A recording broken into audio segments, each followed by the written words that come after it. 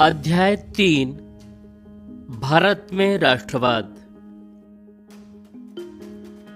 जैसा कि आप सुन चुके हैं, यूरोप में आधुनिक राष्ट्रवाद के साथ ही राष्ट्र राज्यों का भी उदय हुआ।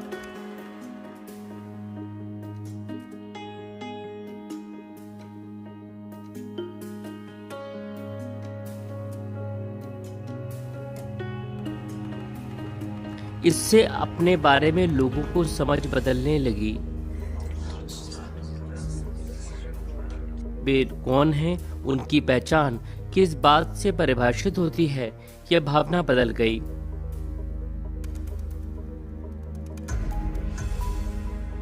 उनमें राष्ट्र के प्रति लगाव का भाव पैदा होने लगा।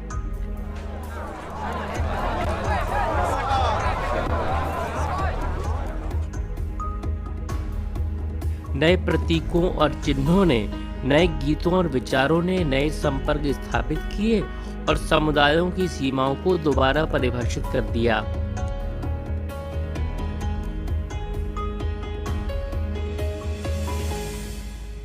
आइए देखें कि हमारे देश में यह चेतना किस तरह पैदा हुई।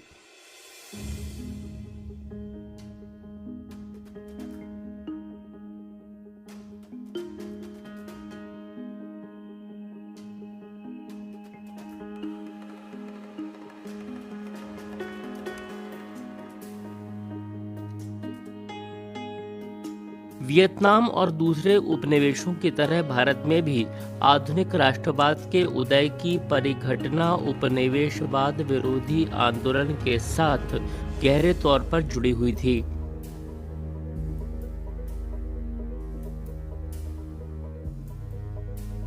ज्यादातर देशों में इस नई राष्ट्रीय पहचान का निर्माण एक लंबी प्रक्रिया से हुआ।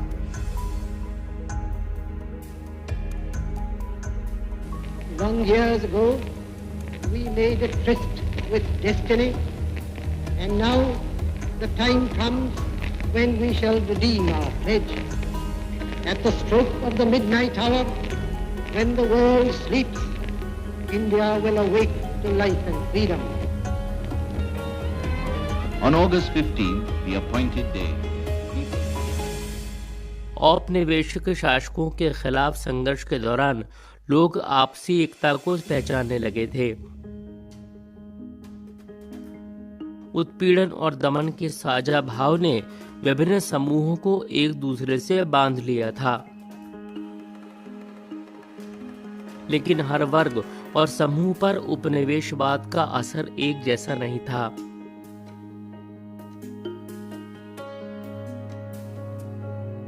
उनके अनुभव भी अलग थे और स्वतंत्रता के मायने भी भिन्न थे।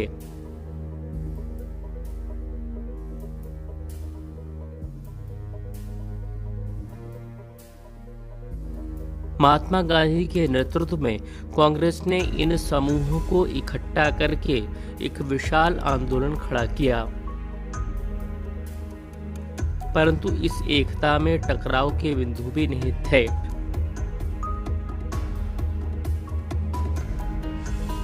पहले की एक और पुस्तक में भी आपने भारत में राष्ट्रवाद के उदय का अध्ययन किया था।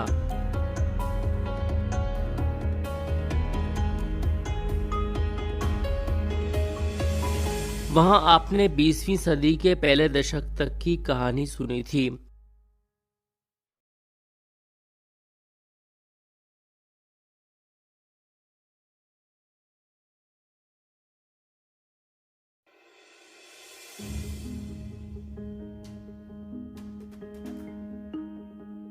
इस अध्याय में हम 1920 के दशक से आगे अध्ययन करेंगे और असहयोग आंदोलन तथा सविनय अवज्ञा आंदोलन के बारे में सुनेंगे। हम ये देखेंगे कि कांग्रेस ने राष्ट्रीय आंदोलन को विकसित करने के लिए किस तरह के प्रयास किए।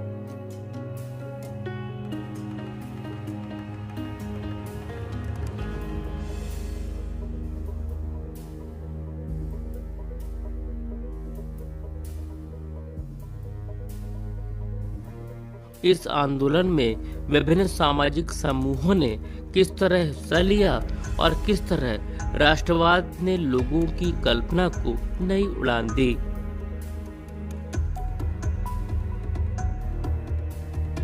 यहाँ एक चित्र दिया है। इस चित्र में राष्ट्रीय आंदोलन के दौरान सड़कों पर इस तरह के बड़े जुलूस आम बात थी।